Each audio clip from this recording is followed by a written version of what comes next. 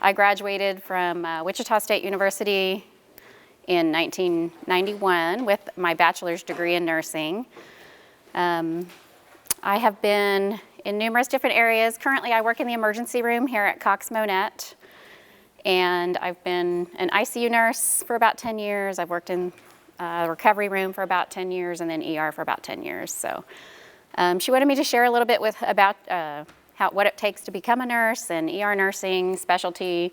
And then I thought I would talk a little bit about my recent travels. I've been to New York City for 5 weeks in April to work with COVID ICU patients. And then I went to Texas in July and worked with COVID ICU patients there as well for the pandemic for about 3 weeks there. So I have pictures from all that. Hopefully I can show some of them to you.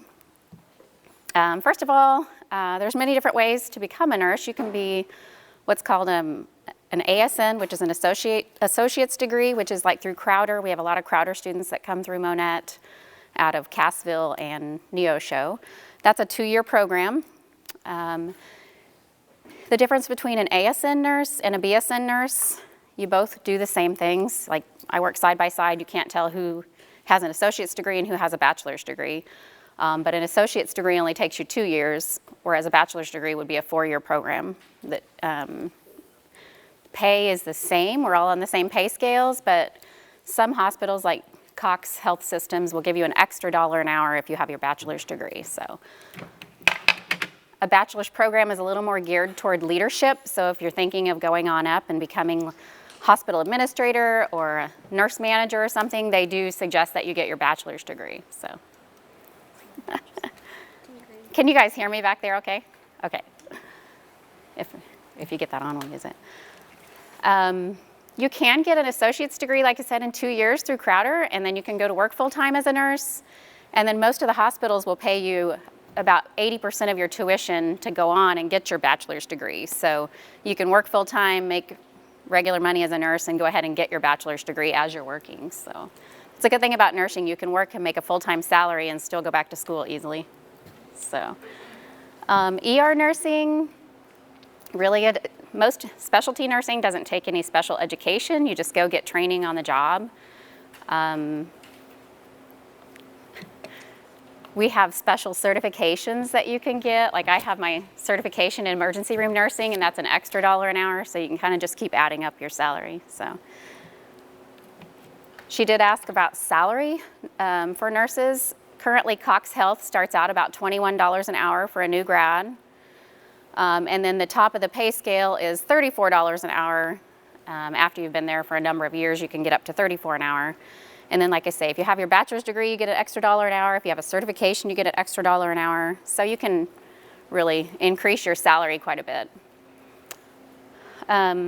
There's lots of overtime available usually in any nursing field because there's such a shortage all the time. So they're always looking for extra help. So the other ways you can get money is like most hospitals have a program which Cox calls a ladder program, which I know Mercy has one and Freeman has one. And you can do extra projects through the year, and then you get a $5,000 bonus max every year too. So you can really keep adding on to your salaries. The next step after a bachelor's degree is, of course, your master's degree. A lot of nurses right now are going on and getting their nurse practitioners, which some of you might see nurse practitioners. There's a lot of them in the community. They can pretty much do most of the things that a doctor can do. They'll see patients. They work in the ERs. We have a lot of nurse practitioners in our emergency rooms. Urgent care is all nurse practitioners. And their salary is roughly about $50 to $61 an hour, give or take, starting. So a lot of nurses will go on and get that so that they can make a little extra money. Did you say $50 to $60 an hour? 50 to 60 roughly starting. I know Cox starts right around 50. I know I had a friend that went to Freeman and she started at 61 an hour, and that's been about 5 years ago, so I'm sure it's a little more now. So they make a pretty decent salary. The different areas of nursing, of course, there's so many different areas. If you go like to Crowder, or Missouri State or wherever you would decide to go, you do rotations through different units, and so you'll get to see all kinds of nursing from postpartum, mother-baby, labor and delivery, ICU, med-surg, which is just your general patients, ER. So you really won't know what area you want to go into until you start doing rotations, and you just kind of see what interests you. Emergency room nursing is very different from a lot of the other areas. You really have to be okay with whatever's coming through the door. We don't know, some days, the first patient could be a stubbed toe, the next patient could be somebody that had a gunshot wound. Occasionally you think in Monette we wouldn't get that kind of stuff, but some people, when that stuff happens, they just load them in the truck and bring them to the hospital. So we've had everything from somebody getting run over by a tractor. We have a lot of farmers in the area, and they put them in the back end of their truck and brought them to the ER. Gunshot wounds occasionally, a number of just various cases. So you really have to be okay. You have to be able to go from 0 to 60 just like that, because you could be sitting there with not much going on and then have a trauma come in that you really have to act fast on. We at Cox, you have different levels of certifications for your emergency rooms. So at Cox, we're at Monette, we're a smaller hospital. So we are a stroke level 4 and a STEMI level 4, which a STEMI is a heart attack. Trauma, we do not have a trauma certification, so trauma patients by ambulance would go to a different hospital, like Cox South is a trauma level 1. In between classes, it gets loud and we can't hear you. Okay. Thank you. No problem. So what the trauma certificate, or the different levels for EMS, so the ambulance is like we're a stroke level 4, so what that means is the ambulance, if they have a stroke patient, they could bring them to Monette. If they have a trauma patient, because we're not certified, they would have to go on to Springfield or Joplin, where there's trauma centers. So we're working currently on getting our trauma certification so that we can get some of those patients, because of course we want patients to be able to come here and stay local in the community.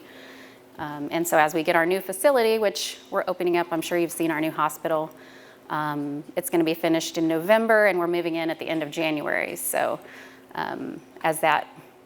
we have nicer equipment, we'll have a nice helicopter pad out there, and it'll be much easier to transfer patients in and out. So the end of January, that'll be coming soon.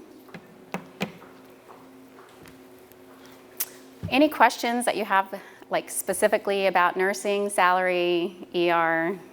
Yes. How much do you make yearly? Yearly, pretty much. For nurses, generally what you'll work is a 12-hour shift. So your full-time nurses will work 36 hours a week. So depending upon if you're making around the $30 an hour, you would make somewhere around $75,000 a year, roughly $60,000 to $75,000. But like I say, there's lots of room for overtime. And so if you do like to work like I do, pick up lots and lots of extras, you can really bump up your salary. And I have a number of nurses that I've worked with that have been nurses for a while, but will be right about 6 figures. So right about 100,000. So a new nurse, probably you'll make more around 55 to 65 roughly. And us seasoned nurses will be higher. So any other questions? What do you mean by seasoned nurse? Old. Oh. Been nurses for a long time, they'll call us seasoned nurses. So experienced. So any other questions about the various programs? I know that Crowder, like I say, Crowder Neosho, Crowder Cassville. Cox Nursing is opening up a program in Monette starting, I believe, in January. And so they're accepting, I think, maybe 10 nurses. It's going to start out small, but then we'll be increasing. But that's another opportunity to stay right here local and get your nursing degree. Cox Health has a program in Springfield that you can do an associate's and go on, or bridge to get your bachelor's degree. Missouri State University has a program. My daughter just started there this month, so it's a good program. They accept about 60 students every semester. So most nursing programs will accept somewhere about around 40 to 50 students usually a year, or a semester. So Missouri Southern has had a program. I just found out that they lost their accreditation. I don't know if you knew that or not. I had a friend that started there in August, and then they found out that they lost their accreditation, so they're working on making some changes. So that's going to be a little tough for our area because they did provide a lot of nursing students. So I'm sure they'll get it back soon. But and then there's lots of smaller JUCOs that you can go get your degree as well. LPN is another option. I know OTC has an LPN program. An LPN program is usually around 18 months. An LPN can't do, it's a licensed practical nurse. They can't do it as much as an RN. They can't usually give IV medications, things like that, patient admission assessments, unless they get certified. So, and an LPN will make more, probably usually around $12 an hour, so they're about half of what a nurse will make, an RN will make. Once you get your nursing degree, then you have to pass an NCLEX board. So once you get your degree, you'll study for the test, and then you have to go sit down and take a computerized test, usually somewhere it's between 75 and 150 questions, I think it is, somewhere around in there. And you have to pass that before you can work as a registered nurse. So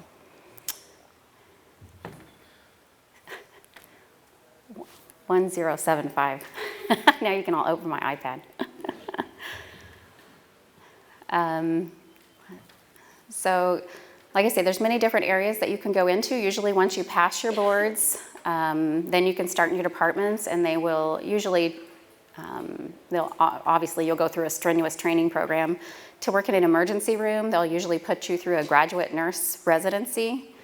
And at Cox, it lasts 6 months, and so you get a lot of intensive training. You'll go to, they're all out of Springfield, but you'll go have lectures and learn about the different medications that are required in the ER. Get a lot of different specific talks from different doctors and things so that you can learn a lot more about it, because it's a very intense area to start out as a new graduate. So, any other specific questions about ER nurses or anything? You'll learn a lot more when you start doing your rotations about going through the different areas on what interests you have and where to go. So, if I could see my PowerPoint, let you know what else. So, I'll talk a little bit about my experiences when I went to New York City. So, I'm sure you've all heard about COVID. When the pandemic started back in March and New York City was getting hit with a lot of coronavirus patients, they were running out of beds, obviously, in the hospitals, and they didn't have any staff to take care of them. So they started asking for nurses to volunteer to come take care of the patients. And so I signed up through a local company in Kansas City. And once I signed up, we had to, within 24 hours, be able to be in New York City. So I signed up, got some airline tickets, didn't know what to expect. We didn't know a lot around here about the virus yet, because we hadn't even had any patients here in Monette when I left. So really didn't know what I was getting into. So arrived in New York City, went with a couple of other local nurses from Monette and Springfield. And the company that I went with sent 4,000 nurses into New York City. There were many different hospitals in New York City that they just assigned us to. The state of New York took our names, what areas we worked in, and put us in a hospital. So I ended up in Brooklyn, New York, at a hospital called Woodlawn. And I went as an ER nurse, but when we got there was 10 of us on my bus. What they would do is they would put us all, in my hotel, there was 800 nurses in my hotel. They would line up with big Greyhound buses out front of the hotel, and in the mornings they told you which bus to get on. And so we would go out there, get on the bus. They took us to the hospital, and when we got there, they did 1 day of training with us, taught us their computer system. We didn't learn anything else about where anything was at. But the only thing they needed at that time was ICU nurses. And I had done ICU nursing 15 years prior, so they said, fine, you're gonna go be an ICU nurse, because they didn't need ER nurses as bad at that time. So they sent 10 of us to the ICUs. A lot of the nurses had never done ICU nursing, so it was a little intense and a little scary. The hospital that I was at normally has 2 intensive care units, and they were each 12 to 15 beds. And the state of New York required all of the hospitals to increase their ICU capacity by 200%. So they had to find ways to get more ICU beds. And so they found rooms where they could. The recovery room which normally takes care of patients from surgery when they wake up. They had to make it a whole intensive care unit. So it was just a room like this. They put a bunch of beds in it, and there really wasn't any divisions between patients or anything, but the patients were all COVID, so it wasn't like you were going to expose from one to the other. So they went up to 5 ICUs, the hospital that I was at. The ICUs were completely full. We were 100% full. The floors, all of the patient rooms were all full, and it was all 100% COVID patients. So the floor that I ended up working on, we had 12 beds, and all 12 were COVID patients. They were all on ventilators, which is a machine that makes them, or that breathes for them, because they could not breathe well enough on their own to sustain life. So the first day that we got to the hospital, we were in orientation sitting in the hallway, and we heard 15 code blues that day, which, how many of you know what a code blue is? Have you all watched? Some of you. So a code blue is what's called overhead at the hospital when somebody's heart stops or they stop breathing. So they're gonna die if you don't intervene. Normally at that hospital, you would maybe hear one a week, and we had 15 within the first few hours that we were there, so we were all a little wide-eyed. Talking to the staff at the hospital, they had been going through this for about 3 weeks before we got there, and they were just shot. They were exhausted. They said they wanted to call in sick every day to work, but they didn't because they knew their cohorts would be stuck. They said they would go home, cry. Patients were just passing away left and right. It was very sad. Families couldn't come in, so the people were passing away alone. It was very sad. We would try and FaceTime with families or call families, and a lot of them just didn't understand, because when the patients had left home, they were talking. At first, when you are first diagnosed with COVID, you usually do okay for the first 5 to 6 days. The patients, when they would start to get sick, was after about 6 to 7 days, they would get really bad. And not all of them, of course, but if they were going to take a turn for the worse, it was usually after about a week. So families didn't really understand when we would call them and be like, your loved one has passed away. I had a couple of families that felt like maybe we hadn't done enough or something, and we have to assure them that, yes, we have done everything that we could, but it was just really hard not being able to be with their loved ones. So normally an ICU nurse will have about 2 patients at a time. Because of the short staffed and all of the ICU patients, we usually had 3 or 4 at a time, so it was quite a heavy load.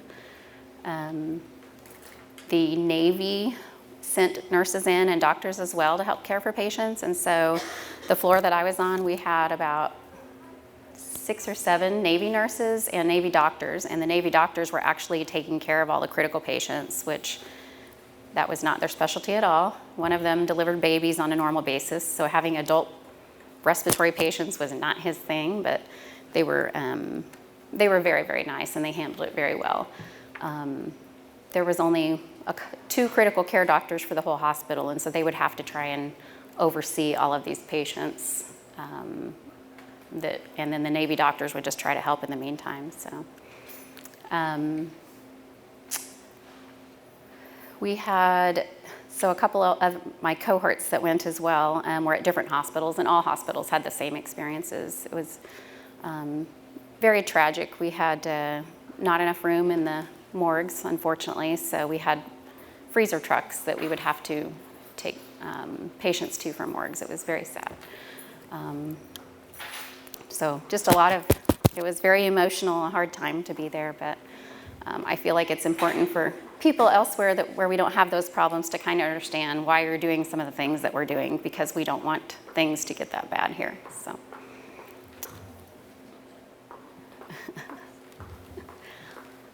So I was in New York City. We did 21 days in a row, and we did 12-hour shifts. We didn't get any days off, and so we did 21 straight. They told you days or nights, you didn't get to pick, so some of them got stuck on 21 night shifts in a row, which is a lot. In nursing, generally you'll work, like I said, 12-hour shifts, so you'll do some days, some nights. You'll do weekends, you'll do holidays. Hospitals don't close, so you have to be okay with that. And then at the end of the 21 days, some of the nurses would stay. I had friends that stayed and worked for 65 days in a row for 12-hour shifts. I was, after 21, I was done and ready to come home. It was a little exhausting. And then in July, I had the opportunity to go to Texas on the border. It was right on the Rio Grande. It was called McAllen, Texas. And Texas at that time was becoming a hotbed as well. And it was the same experience. They had a lot of little hospitals, and they also were getting overwhelmed. And when I went there and worked in ICU there, the hospital that I was at had 25 staff members out at one time in the ICU, out with COVID. So they were struggling for help as well. And looks like we're getting closer. We're getting real close. I've got some pictures on here as well. So I worked in Texas for 15 days, and it was about the same experiences so as New York City. So I'm now home, back working normal in the hospital here. So We're just waiting for that to. okay, no problem. Do you have any questions at all about COVID? And yes. Whenever you go to like New York and Texas, do they pay for like your like living while you're there, or do you have to like rent something? So pay for travel nurses. The pandemic nursing was a little bit different. It's paid for through FEMA, which is the government program for disasters. And so FEMA was paying us, and they did pay for our housing. Our hotels were paid for. We got food money every day. You can do travel nursing. That's another option that a lot of nurses will, once you pick your area that you're in. Travel nursing is a great option if you want to make a lot of money.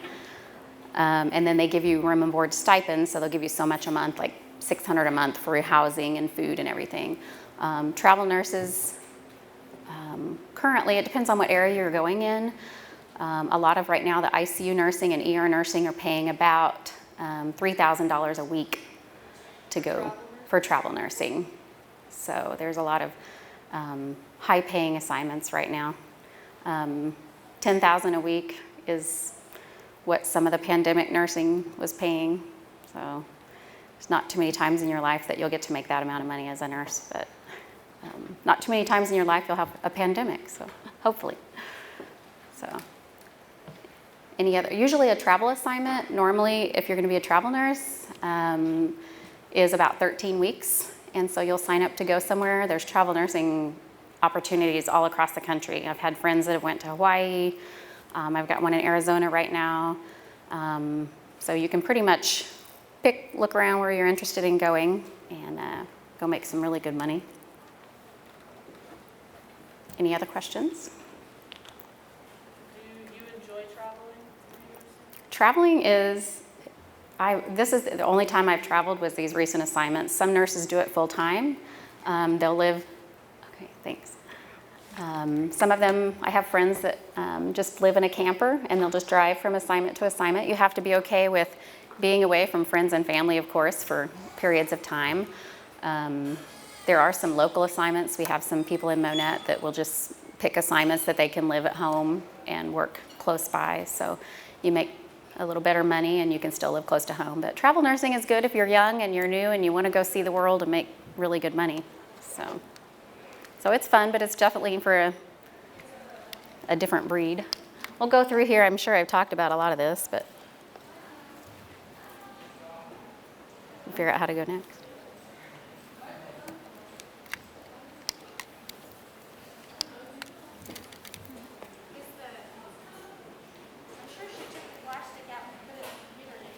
Oh, yes. So that should work. It's not working.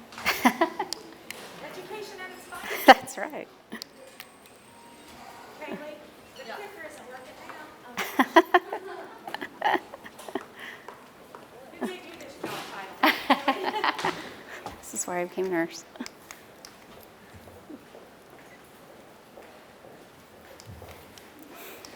I ruined it. Okay. Oh, there we go. There's some. Oh gosh. Oh, that's me. Oh, that's.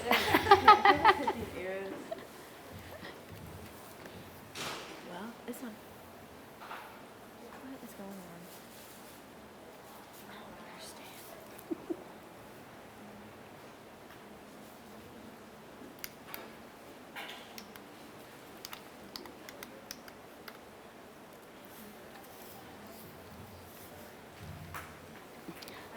I'll talk a little bit while she's working on that. Oh, okay.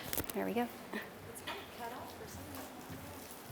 going to talk a little bit about the COVID unit at Cox South. I went and I help out there sometimes. So Cox South has a whole unit that they built this summer for COVID patients. It's one floor at Cox South, and they have about 50 beds for COVID patients. And it's just a big, huge empty room that they remodeled in order to just take care of COVID patients. So they have one half of it is just regular patients that are med-surg patients that are stable enough to be kind of on their own a little bit. And then one side of it is ICU patients, which are patients that are on ventilators, breathing for them, a lot of IV drips, which are medications that like will help keep their blood pressure stable. A lot of COVID patients have a lot of blood pressure problems. So there, okay. All right. Sorry. No, it's okay. You're good. And so I was able to go up to Cox South and help a little bit, and I'll talk a little bit. I have a couple pictures just of the differences between the two areas. So obviously when you're working with COVID patients, you have to be fully garbed. I've worked with them a lot now, and I still, knock on wood, have not come down with COVID yet. So, but I'm usually very well masked up. It's not going. There we go. We talked a little bit about the wages for nurses, anywhere from $21 to $34 an hour. Every year you'll start going up as you get more experience. Critical pay, some of the hospitals will offer critical pay. So if you're an ER nurse, you'll get an extra $1 an hour. And then if you're an ICU nurse, you'll get an extra $1 an hour. So you can see where your salary, you can go from $21 automatically to $22 an hour. If you get your BSN, you get another $1 an hour. If you get a certification, which is just you study and take a test, you get another $1 an hour. So you can get up to $25 an hour starting out. A lot of the hospitals have float nurses, which is what I'm doing right now, and that means that you're just willing to go work in many different departments. And at Cox, if you're a float nurse, like in just one facility, you get an extra $5.50 an hour. So that's another way to really bump up your salary. At Cox Health, if you agree to be a float nurse among all the hospitals, you get an extra $14 an hour. So that's some pretty good pay. What does it mean to be a float nurse like at several different hospitals? So Cox Health has a lot of different hospitals. So we have Cox Monette, we have Cox South, Cox North, Cox Branson, and Cox Barton County, which is in Lamar.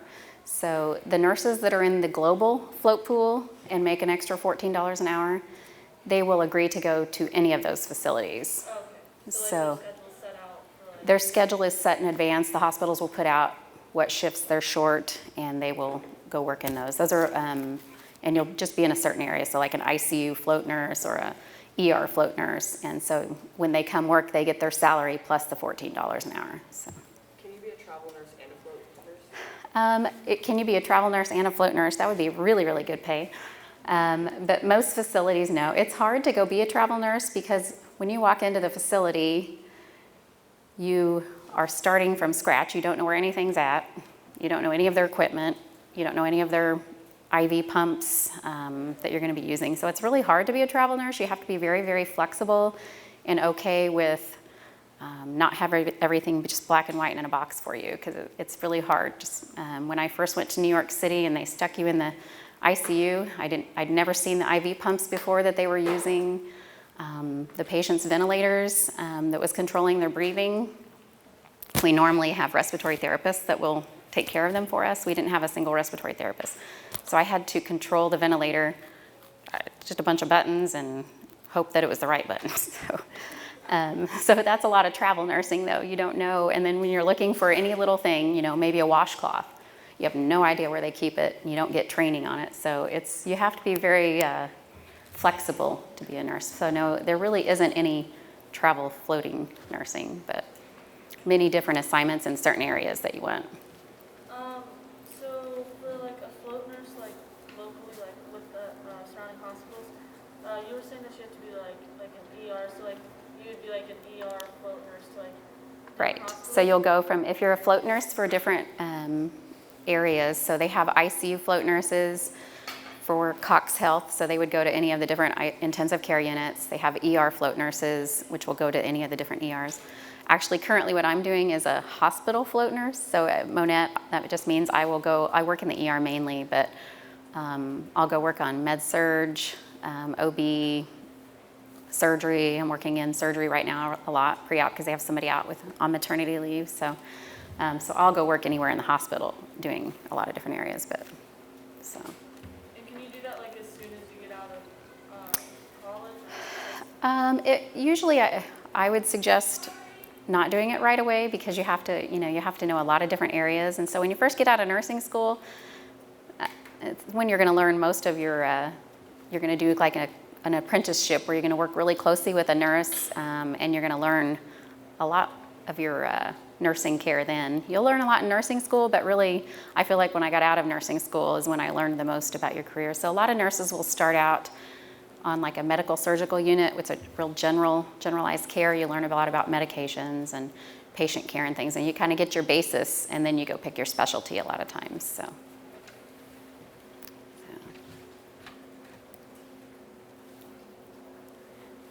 And we talked about the wages I put here for an ER nurse, but that's really just any general nursing for the most part. I don't know why it decides it wants to go every once in a while. There we go. We talked about the schedule. So schedule for nurses, 12-hour shifts. Generally, it's somewhere between 6 or 7 in the morning until 6 or 7 in the evening, or 6 or 7 in the evening until 6 or 7 in the morning. You do that 3 days a week, most generally. And then weekends, there are weekend option nurses, which I didn't put on there. So some nurses will just agree to work every weekend, and they get paid an extra $7 an hour on top of their schedule, but they have to work every Saturday, Sunday, and some Friday nights. But then they get $7 an hour on top of their pay. But you will most likely, if you're a nurse, you're going to have to work weekends. I do 1 weekend a month right now, and a lot of nursing facilities you'll have to do every other weekend. So one of the downfalls of nursing. And then you also holidays. You're open for Christmas, you're open for Thanksgiving, so you'll have to work some holidays as well. Usually we'll take turns, but on holidays you get paid time and a half. So sometimes there's people that just want to do those. There are some mid shifts. I put that on here just as another schedule. So like some areas like the emergency room will use a lot of mid shift nurses, because in the ER we have peak hours. And so peak hours in an ER is usually from about 10 in the morning until about 10 at night. That's just when a lot of your patients are awake, and that's when they're coming to an ER to be seen. So we have an extra nurse that'll come in and do mid shifts. So they'll work from about 10:30 in the morning until 10:30 at night. Cox South ER, I've worked there as well. We have nurses there that come in at 11 and 1 and 3 in the afternoon, because peak time there is from 10 in the morning until about 2 in the morning. So we'll just bring in an extra help in the middle of the day. And so mid-shift nurses get paid an extra $3.50 an hour to work. So just when you go into nursing, just know that it's a 24/7 job. Hospitals are open 24 hours a day, 7 days a week. So you go into it knowing that. So I threw some pictures in here. Do you have any other general questions about nursing before I show you my pictures from New York and everything? Okay. If you think of some, just raise your hand. So New York City and Texas, I talked about it. This is my hospital that I was at in New York City. When we went to New York, we had to wear blue scrubs. So I had to buy like 15 pairs of scrubs, and then I wore these really ugly shoes. I went to Walmart and bought shoes that I could just throw out because I didn't want to bring them home. So I left those in New York City. And a lot of my scrubs. I just threw some things in here so that I would remember to tell you about them. So, whoops, too fast. There were people from, this is the group that was on my bus. There was people from all over the country that signed up to do this. I worked with people from Las Vegas. There was people from New Orleans in my group, Arizona. And so day one, you didn't know anybody, but after working together every single day for 12-hour shifts for 2 weeks, you get to know them really well. So that was just somebody, we got gifts. We got a lot of gifts sent up there. Just various companies would send shoes. There'd be hundreds of shoes in the lobby that they would send for the nurses, frontline workers. So that was some gifts that we got there. New York City, I don't know, have any of you ever been to New York City? No, nobody? Usually New York City, obviously I'm sure you've seen on TV, it's just millions of people. Like the streets are packed, there's traffic so bad you can't get across the streets, it's very, very busy. Our hotels were all in, my company had 8 hotels in Times Square, which is the hub of New York City. And so we were all downtown in New York Square. So we could go walk around, we were allowed to walk around, but we had masks. But the streets were empty. It was just really very, very odd for New York City. And so, but everywhere we'd go, there was just neat little messages thanking everybody for their, for coming and helping and thanking the healthcare workers. So it was just really neat. It was something that for nursing, you don't normally have that kind of gratitude just openly out in the open. So the top one was a picture from my one of my patients' rooms. That was the skyline that I got to look out on every day. It was pretty neat. Not like working in Monette. And then this was a mural that was outside of the hospital. And I just thought it was, I don't know, it was kind of cool every day. I don't know the story behind it. I would have liked to have learned it. I was in called Brooklyn Commons. There's a lot of different areas around New York City that have different little names. So it was kind of a neat little area. It had a lot of Hasidic Jews. Has anybody ever heard of Hasidic Jews? I hadn't either. But the men wear the hats, and then they have little long side curly tendrils. I don't know if you've seen pictures of them or not. But this was what was in the community of Hasidic Jews. And they were hit extremely hard by COVID. They live in big complexes all together, and they commons in the lobbies. And they didn't really believe in it so much, so they didn't mask very often, and they were hit very hard and lost a lot of their members. This was just us. Everybody was selling us hats, so we always took pictures with our hats. We like to try and keep everything covered to try and keep the germs out of our hair. So people often ask like how we got food and stuff while we were there, because restaurants weren't really open. You couldn't go in.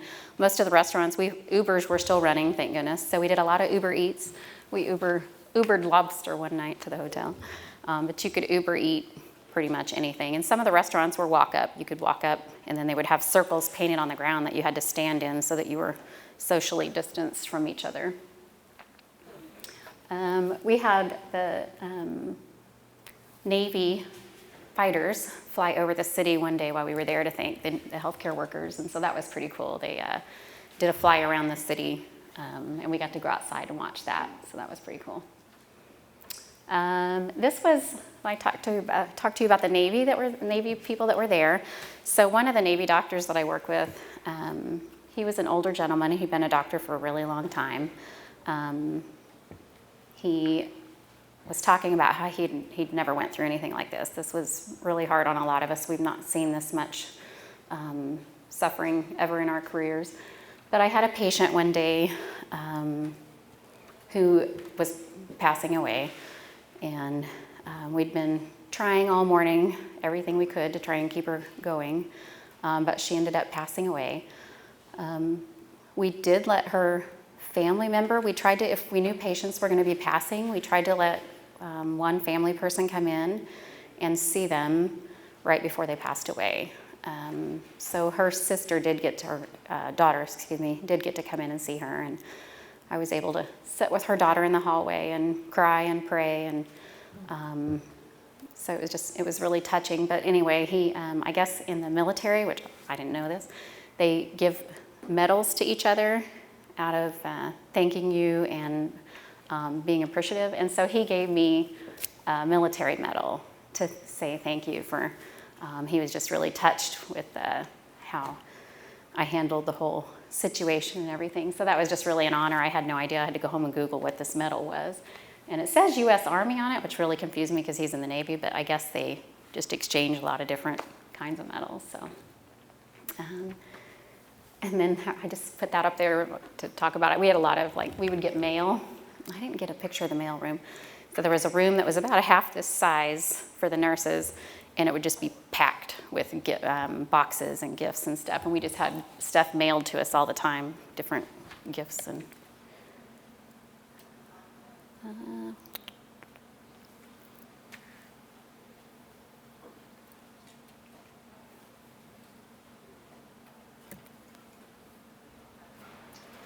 Sorry, it's delayed.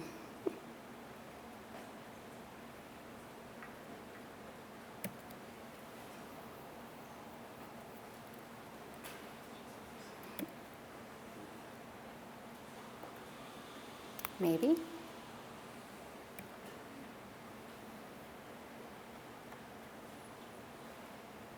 may have froze. Do you have any questions about anything? Any of the patients or? We'll see if it'll switch here in a second. I talked a little bit about the patients. So I'm sure you've heard a lot about COVID and coronavirus, same thing. So the patients that we would take care of would have a lot of breathing issues. Obviously, that's kind of why we wear masks. It's a respiratory virus. And so a lot of them would have trouble being able to keep their oxygen levels up. You and I, normally when you're breathing, your oxygen is about 95% saturated in your blood. Our COVID patients, we would have a tough time getting to 90%. And so a lot of them would run 75%. And so we'd end up having to put them on a breathing machine. They would have a lot of strokes because the critical COVID patients would have a lot of blood clots and things. So we had a lot of patients that had a lot of strokes and heart attacks. And sorry, I think it's frozen. So.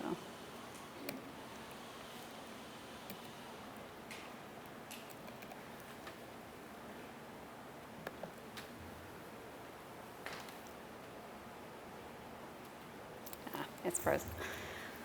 Yes? What is your favorite part of your job? Favorite part of my job? Favorite part of my job is probably being able to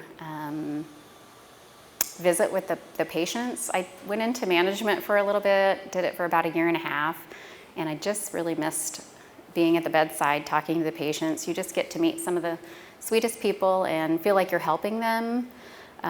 So if you have a passion for comforting others, and it's a good profession. You really get a lot of daily rewards out of taking care of different people and helping them feel better.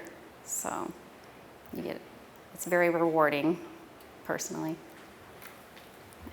How do they spread out not spread out necessarily, how do they put the 3 days a week? Like you said, most nurses work 3 days a week. The schedules, it really depends. Some units will have a set schedule. So like a lot of the units at Monette have set scheduling. And so what you'll do is you'll work Monday, Tuesday, Wednesday 1 week, Monday, Tuesday, Wednesday the next week. Then you're off for 7 days. And you come back and do Thursday, Friday, Saturday, Sunday. So that's how, and then every 3 weeks that rotates. So once a month you're getting 7 days off in a row. Most hospitals don't do that. You'll have like in Springfield at Cox South, you do your own scheduling. So you go online and pick your days that you want to work. And so first come gets the best schedule. Last person doesn't get a great schedule. So it really depends on where you're at and how they do their scheduling. But you can, like our schedule is from Sunday until Saturday. So in that amount of time, you can only do 3 days or else you're in overtime. So yeah, they try to cut down on overtime as much as they can until it's busy, and then they want you to work overtime. So yeah. We get paid every other week. So you'll get paid every other Friday. Most generally, pretty much all hospitals are like that. So yes. Crazy stories. We have lots of crazy stories. I wish I would have written them down through the years, because through 30 years I've seen some really crazy stuff. Let's see, I've had a lady who was burning trash, which, she was going out burning the trash, didn't know that there was an aerosolized can in there, and so it exploded. Pretty much cut off most of her arm. And she hopped in the car and came to the hospital, and you could just see from the parking lot in the ER through the ambulance bay, all of the blood just dripping. So, but yeah, her arm was pretty gnarly, and Amputated? it wasn't amputated. It was close, but it wasn't all the way amputated. So the physician had to go in. She had an arterial bleed, so your arteries obviously pump blood pretty strong, and so she just had blood that was just pumping out. And so we had to bring her in really quick and get a tourniquet on it, get the bleeding to stop. And then doctor got in there and sutured up the artery and got her stabilized well enough while the helicopter could come and fly her out. So crazy story though, the physician, he came running in the room as we hollered at him, and there was blood on the floor, and so he slipped and slid across the room. One of the drawers was open. He hit his head on the drawer and was stumbling, and I'm like, oh geez, what are we gonna do if the doctor passes out?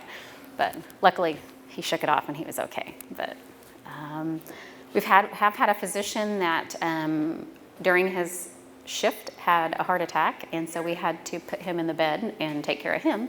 And we only have in the ER, we only have one physician at a time. So they had to call someone else in really quick to come in and work. But we have one physician, and during the day we'll have one nurse practitioner together. So the ER physicians are there 24 hours a day. Some of them work 24-hour shifts. Physicians can choose if they want to do a 24-hour shift, they'll do that. And then they only have to work, a couple days a week. So, trying to think of another. I have had a patient that was gored by a pig. I don't know what kind of pigs have the tusks. I don't know much about them, but they'd been out here at some kind of show and got gored with I think it was in the stomach and then in the arm, and they also had a really bad arterial bleed where blood was just gushing out. You have to be okay with blood to be an ER nurse, or to be pretty much any nurse, but of course in the ER you're going to see them before it gets all cleaned up, so you see a lot of gory details there. Trying to think of some other ones. We've had, I know I've had a little boy that was run over by a tractor, and he was pretty serious, but we got him flown out and he did okay. What was wrong? What happened to him? He had some internal bleeding from the tractor running over. Obviously, anybody getting run over by a big tractor, it's not good, but little ones, much worse. If I think of some other good ones, I'll tell you. Like I said, I need to write them down. When you fly patients out like Springfield or something, do you get updates on like how they did? Yeah, that's a good question. When we fly patients out, which I'm sure you hear the helicopter come down to Monette sometimes, we'll fly patients out, usually about 3 times a week, roughly, maybe more. And so what happens is we'll call the helicopter. We usually call Cox South is where the helicopter comes from, unless they're out busy, and then we'll call Mercy has a helicopter, Joplin has a helicopter. So we start with Cox South and we go from there. Once we call the helicopter, right now, where the Monette Hospital is, we just have a parking lot. We don't have a helicopter pad. So we have to, once we find out a patient is bad enough to be flying, we have to go out and get all the cars moved out of the parking lot before the helicopter gets here. So it's really a pain. Get the parking lot cleared off. The helicopter can be here from Springfield in about 17 minutes once we call, once they lift. So we'll have them lift as soon as we know that we're gonna need them. And then they'll come down. The helicopter crew has a nurse, a flight nurse on it, which usually is a nurse that has either been a medic in a background or an ER nurse. So a flight nurse is another opportunity if you like a lot of excitement. And then they have a paramedic usually on board, and then the pilot, the helicopter pilot. And so they'll come down, they come in the room, and we'll give them a report on the patient. Patient, usually once they get here, we try to get the patient out within 10 minutes of the helicopter landing. Once they leave, usually they can get back to Springfield, depends on which way the air is going, or the wind. So they can usually get one way or the other in about 15 minutes roughly.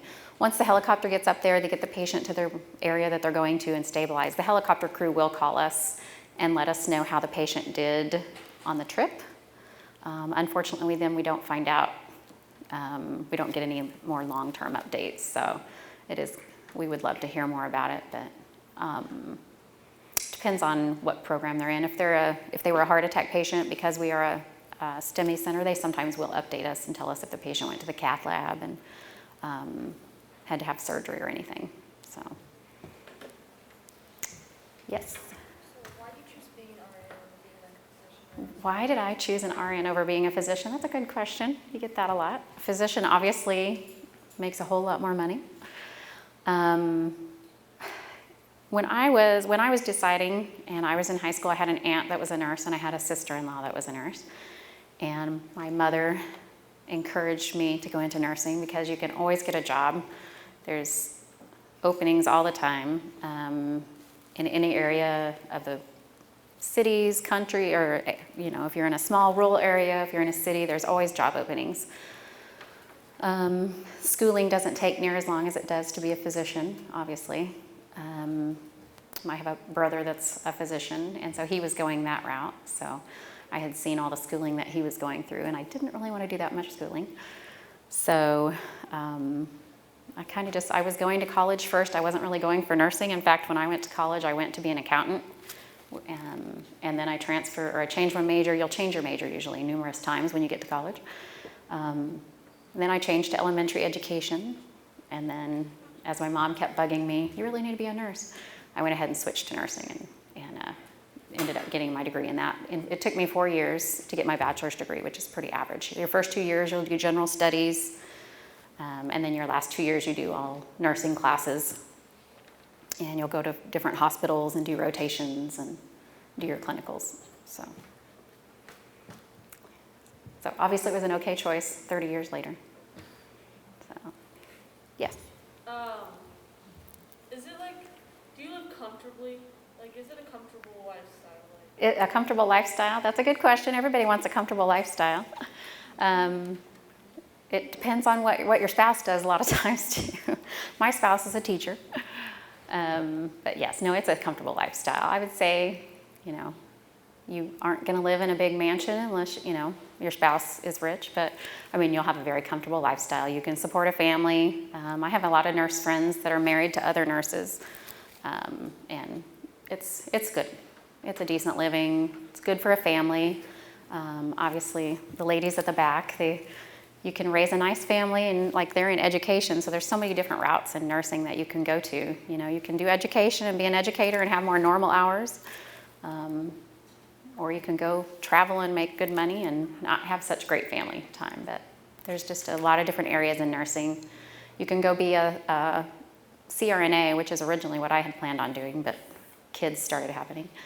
So a CRNA is a certified respiratory nurse anesthetist, and they work in surgery and put people to sleep for surgery, wake them up after surgery. And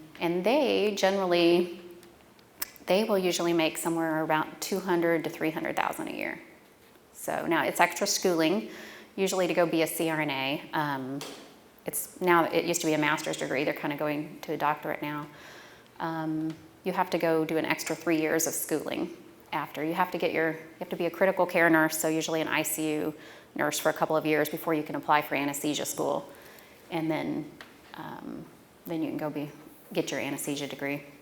So I know that some of the smaller rural areas, actually some of the CRNAs will make, I know my brother's hospital where he's a doctor at, his CRNA makes about $350 a year. So pretty good. Any other questions? Yes. In New York, did you run out of supplies and stuff? And what did you Supplies. So I'm sure a lot of you have seen a lot on the news about that. Healthcare supplies, masks. At the beginning of the pandemic, we didn't have very many supplies available. I know here at the hospital, we would have to really watch how many masks we used and things. In New York City, so these are called surgical masks, these little flimsy ones. Some of you probably wear them. This is what I normally wear around. Have you ever heard of an N95? Okay, some of you probably heard that with some of this. The N95 is a heavier mask. I should have brought one in. I didn't bring it. And it blocks 95% of the particles, and so that's why it's called an N95. And so it just provides a lot more protection against different viruses. We'll wear them for tuberculosis patients, now coronavirus patients. So in New York City, we would wear the N95s, surgical mask, or the N95 and then a surgical mask over it because we didn't change masks out because we were short on supplies.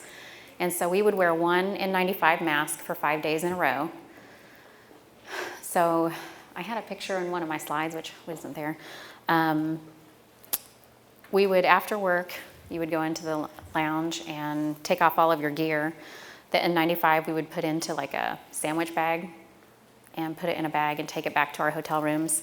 When we got into our hotel rooms, because we'd just been working around COVID patients all day long, we had decontamination stations in our hotel rooms. That's just one that we just made it up. So I put plastic trash bags on the floor right when I got in the hotel room, a trash sack on the wall, and so I would throw away my surgical mask, put my shoes on the ground and Lysol them, throw our scrubs we would throw into a bag, and then we had laundry services that would come to our laundry every couple of days and make sure that they were washed appropriately. With COVID patients, we also wear plastic gowns, isolation gowns, to help the particles from getting onto our scrubs. We would run low on those a little bit, usually in the mornings when they hadn't restocked and hadn't given us our supplies. But for the most part, where we were at and the company that we went with, we were guaranteed supplies or we did not work.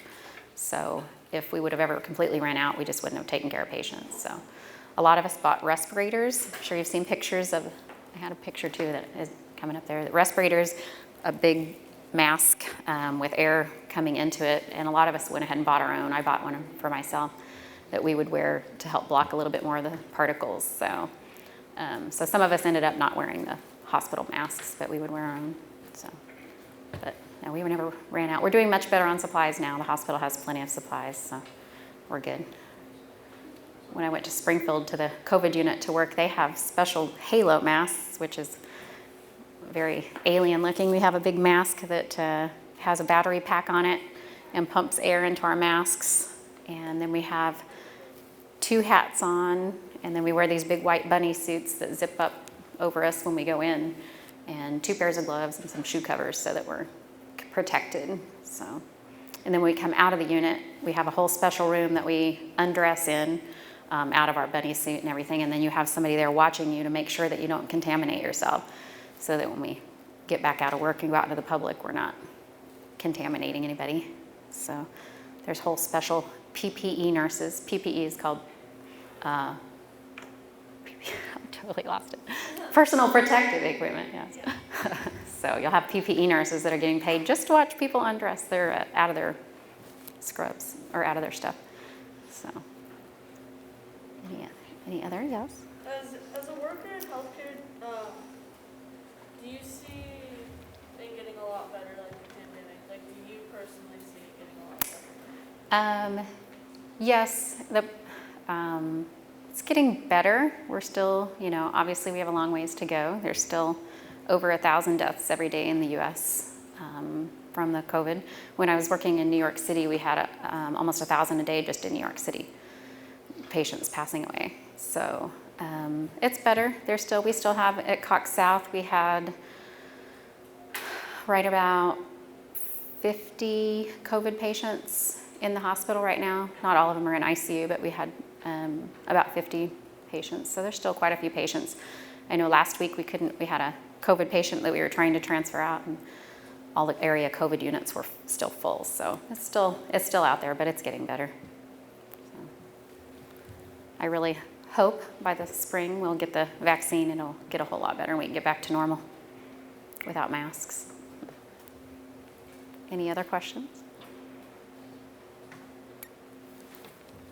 What were you required to do when you came back from New York City? So, there it switched. So when we came back from the different areas, so when I came back from New York City in April, or it was May, the county, Berry County is where I live, and so Berry County Health Department, when we came back, we went and got tested at Berry County Health Department, and the girl that I was with tested positive, and because I was with her, I got quarantined for 2 weeks. So I had to quarantine, so I lived in my camper outside of my house and didn't go around my family or anything. So for 2 weeks, and then got tested again at the end of my 2 weeks, and I was negative then. So when I came back from Texas, the county said that I didn't need quarantine. So by that time, there were so many patients in the area already. So we just monitored for symptoms, and I did get tested twice then too, just to make sure that I was negative. So I did get some more pictures up, I guess. So this is in Texas. So one of the nurses, this nurse here, we worked in the same ICU in New York City together every day for 21 days. And when I got to Texas and was waiting in the lobby to get on the bus, he happened to be standing there. And so we were in the same ICU again in Texas, just by happen chance. So these are the respirators that we bought that we would use there. And then we always had a face shield on too. And then there was different, let's see. Oh, this one here, so just something else people don't think of. When you're in the room, you can't just get a pen out and write, so we have no way to make notes or anything when you're in the room. And so this was a patient of mine that had coded, so their heart had stopped 5 times in 1 hour, and we kept having to code them and stuff, and there's nowhere to write down notes, so we would just, on the windows of the room, we would just write all the stuff down on the windows, so when you get outside, you can go back and see your times and everything. So we had the patient rooms, little windows, and then our little desk would be in the middle of the 2 patients' rooms so that you could see them and see their monitors. So in New York City where I was at, it wasn't a real ICU, and so our patients were just in these rooms that were just normal rooms, and we had to just get monitors that were just sticks at the end of the bed, and nobody was watching your patient, so it was just really scary because there wasn't anybody that was just sitting there watching the monitors like you do in a normal ICU. So this is the decontamination station that I was talking about. When you'd come in,